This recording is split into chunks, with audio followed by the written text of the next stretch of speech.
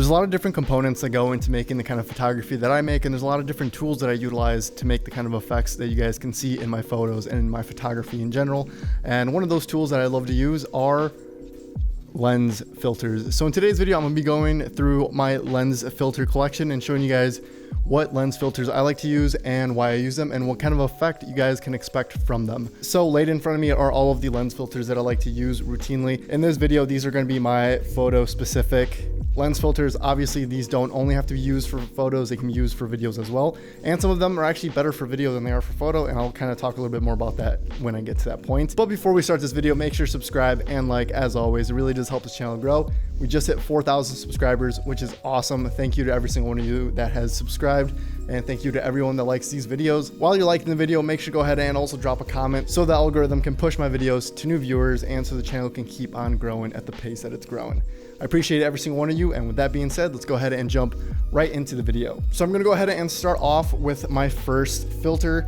So this is my black Pro Mist filter. I actually have two of these.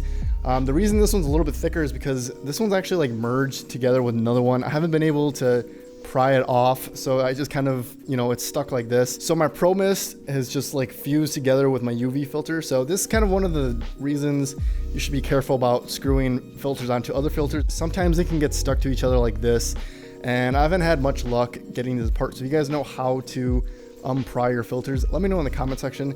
But yeah, this was the first filter that I ever got. This is a Tiffin Black Pro Mist filter. This specific one is a 1/4. The reason it's so small is because when I first started photography a little bit over a year ago, I was using primarily my crop sensor body, which is the one I'm actually using to record right now, my Sony a6400.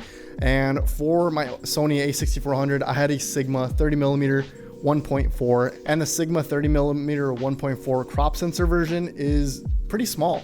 And because it's pretty small, it has a pretty small thread size, which means I could save a little bit of money by buying the smaller thread size instead of going and buying the super big one.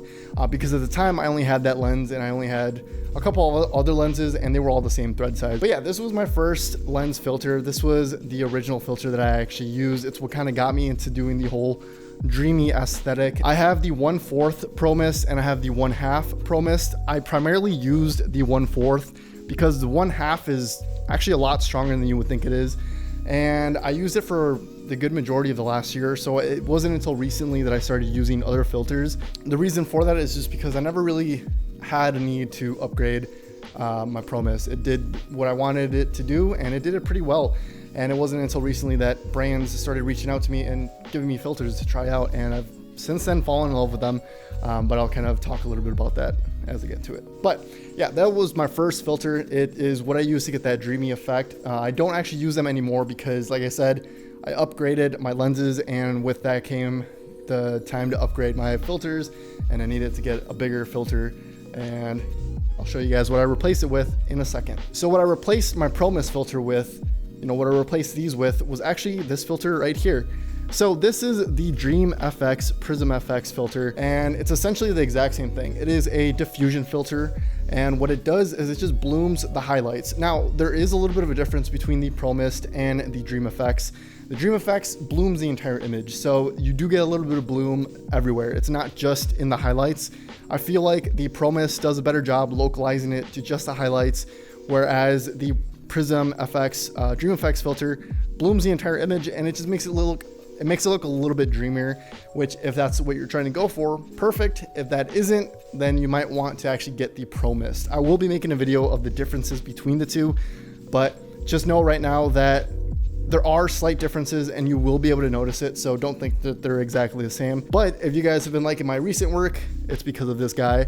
I've been using this one as my primary diffusion filter since I got it back in December. The con with the Prism that you don't get with the Pro Mist is these only come in one size. So these only come in the 77mm thread size. So if you guys want to get a smaller one, you're out of luck. You really can't. You'll have to get a step-up ring, and you'll have to adapt your smaller lenses to the big filter sizes because they only make them in, again, the 77mm or the like matte box version, which looks a little silly if you're doing photography. And the other con is they only come in one strength, like I said. So the Prismfx only has like one single strength, whereas the Black Pro Mist can get 1/8, 1/2, 1/4, 1, 2, and I think up to like 5 stops of diffusion. Prism is a little bit more limited, but it does give you a very similar effect, and you know, it's just as good in my opinion. Those were my diffusion filters that I've been using, and don't really have anything negative to say about either of them. I love the look. You know, they do look slightly different, so there's a slight distinct look to both of them,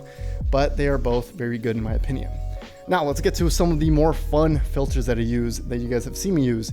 So we're gonna start off with this bad boy right here. So this linear prism filter is made by, again, Prismfx.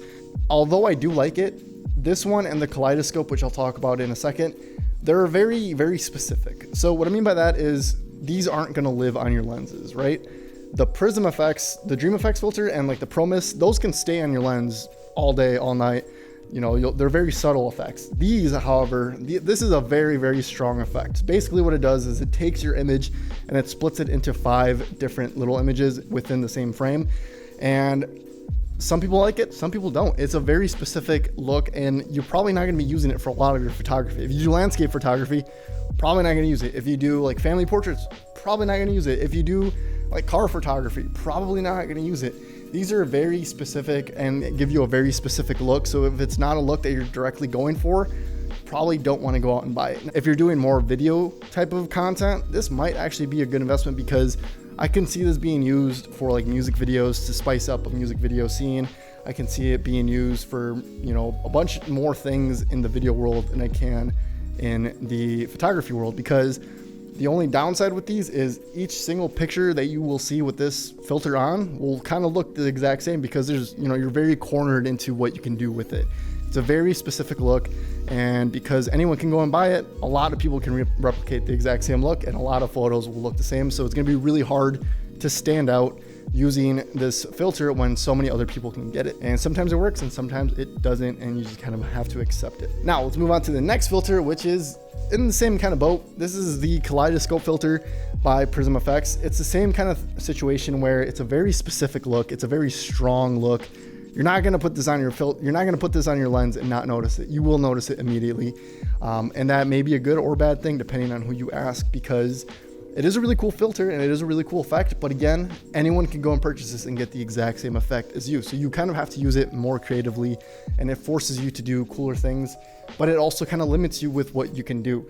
I, again, think this is more relevant for video work, because when you have things moving within the frame, it'll give it a better look and it'll make the effect look cooler versus just like a standard photo. And I've used it a couple of times, but again, I don't use it too much just because it really corners you into a specific look that I personally, I do like, but I don't want my entire feed to look like that. So I do it every once in a while, but it's not something that lives on my lenses at any given time. I usually only have it on for a couple of minutes and then I take it off and do something else. So I haven't used it as much as I thought I was going to. You know, when you first get it, you're like, well, this is the coolest thing ever. And then you kind of take a couple of photos and you're like, okay, I'm done. Like I got a chance to use it.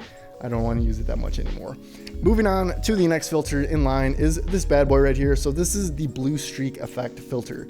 This is a really cool effect. It's a more subtle than these two. All the other ones that I'm going to be talking about are a lot more subtle. The two that I just mentioned, those are just very strong, very specific looks. But this one is a lot more subtle, and this one kind of affects the highlights more, and only the highlights. And the reason it does is because the highlights will kind of bounce around within the glass and give it that cool effect that it was designed to produce. And the effect that you get from it is you get kind of a streak effect similar to like those cinematic flares. So if you have a bright source in your image or in your frame, it'll give it a nice cool blue flare similar to those like movie scene flares. The only problem with it is it's only in blue. I think they do have another one that's like a chroma colored version, so it's like this but has a whole rainbow spectrum. So instead of giving you blue flares, it gives you like chroma flares, which I think is really cool. One thing about this is the brighter the light, the more apparent the effect will be. So if you still want the effect but you don't want it to be overwhelming, you can just reduce the brightness of your lights a little bit and you'll still get the effect, but you won't completely blow out your image with blue flares. So that was the blue streak effect. Now let's move on to the next one, which is kind of one of my favorite of the bunch other than the diffusion filter, and that is the Star FX filter. So I had a Star filter before this. I actually had one of the cheap Amazon filters that you can get for like 20 bucks. And the issue with that is it was a lot lower quality than these, you know, because it's like a Chinese knockoff. And the issue I had with it is once you finished screwing it onto your lens, whatever position it was in was the position that it was going to stay in, because it didn't have an element that lets you rearrange what angle the flares were pointing. All of these actually spin. What I mean by that is there's a screw-on part for your lens, and then there is a ring that sits on top of it, and that's where the actual glass element sits, and you can spin that. So you can choose which angle your flares are going to be pointing, or how the glass is going to actually sit on top of your lens, which I think is really cool. And all of the filters, minus the diffusion filter, have that. You know, the diffusion filter, there's no reason for it to have it, but all of the ones that create like an actual effect on the lens, they all have the ability to spin, which I think is very, very useful. And I feel like just makes it that much more of a premium product. But back to this filter specifically, this is a star filter. It is a 4-point star. And the reason I like this one is because, again, it's a very cool effect. It can be subtle, but it can also be very, very apparent, and it's really good for those highlights. I like pairing this one with my diffusion filter because it blooms the highlights, but it also adds a little bit of that star effect. And I've gotten some of my favorite photos using this filter specifically, and it's just a really cool filter. It can live on my camera a little bit more than the other ones. All of these filters are really, really good. They're all well made, and they feel very premium, which I love. So yeah, now let's talk about this final thing over here. This is my step-up ring, and I'll kind of go into depth on why you should have one of these and what it's useful for. Like I was mentioning earlier before, this was my first filter, and the reason I don't use it anymore is because it doesn't fit my new lenses. If I would have done the big brain move and just bought the largest size I could have back in the day, I wouldn't need to worry about that, because I could have just bought one of these bad boys and adapted that ProMIS to all of my other lenses, but I didn't do that, and so now I don't really get to use it that much. This right here, this step-up ring, allows you to adapt these big filter thread sizes to smaller filter thread sizes. And because I use mostly primes, I don't really have any zoom lenses, I have multiple different thread sizes for each one of my lenses, but because I have a filter for the largest thread size, I can just have the adapter and just change that instead of having to actually change the filters themselves, which is what I was originally going to start doing, but I discovered these little bad boys and decided to opt with this method instead. And basically, this allows you to adapt all of these to any other thread size. You can get them in different sizes, because obviously whatever lens you have is gonna have a different kind of thread. But this one goes from 77 all the way down to 52, which is the range of lenses that I have. Instead of having to go and buy these specific filters for each and every single one of my lenses, I can just buy the biggest one and adapt them all to these smaller lenses with this step-up ring. Those are all of the filters that I use. These are all of the filters that I use in all my photos. Filters are something that will make your photo kind of stand out a little bit more, because not everyone uses them. And because not everyone uses them, you know, they're going to give you a little bit more of a unique look. Now that I've had them, I really can't live without them, because they're a pretty integral part for my photography. Those are all of my filters. That's everything that I use. If you guys have any questions about any of them, leave them in the comment section below. If you guys want to purchase any of them, I will have them linked in the description. I will have them linked in order from the ProMIS all the way down to the step-up ring, as well as other links for all of the other gear that I use that I didn't talk about in this video, like my camera, my lights, stuff like that. All of my gear is always linked into my description. While you're at it, go ahead and also follow me on all my social media. All my social media is at Moody Darkroom, so follow me on Instagram, Twitter, Pinterest, TikTok, whatever social media you use. Chances are I'm on it and I'm using it, and you should probably give me a follow, because that would be really cool of you. So thank you guys for watching. Make sure you like and make sure you subscribe so you don't miss out on any future videos. And with that being said, I will see you guys in the next one. See ya.